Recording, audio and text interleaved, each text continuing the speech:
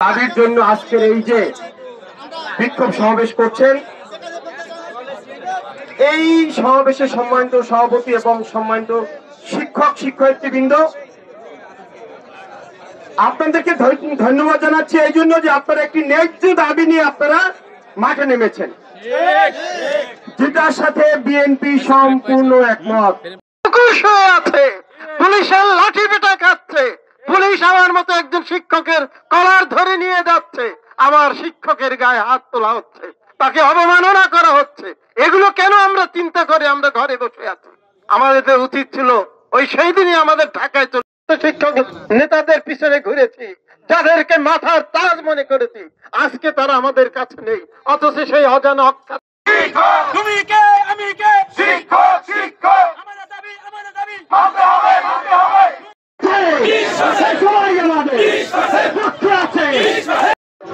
আমরা আজকে এখানে অবস্থান করছি মূলত শ্রদ্ধেয় শিক্ষক কিন্তু অবহেলিত শিক্ষক।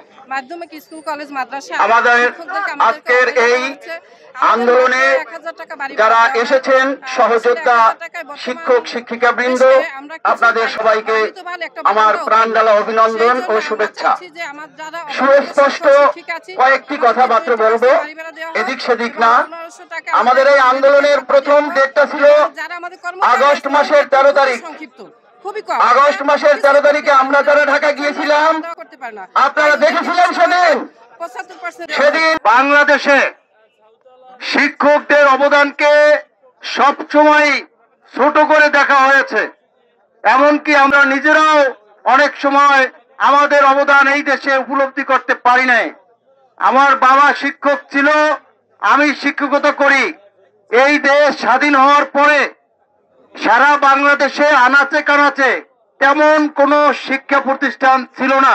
শুধু সরকারি জেলায় জেলায় শিক্ষা প্রতিষ্ঠান ছিল, উপজেলায় কিছু শিক্ষা প্রতিষ্ঠান।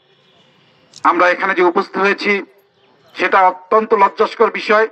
বাংলাদেশ সরকার, বিগত সরকার যারা ছিলেন তাদেরকে আমি ধিক্কার জানাই। শিক্ষাই জাতির মেরুদণ্ড। এই শিক্ষকদের দাবি আদায়ের জন্য যদি শিক্ষকরা রাজপথে থাকেন, সেটা আমাদের জন্য আসলেই লজ্জাস্কর বিষয়।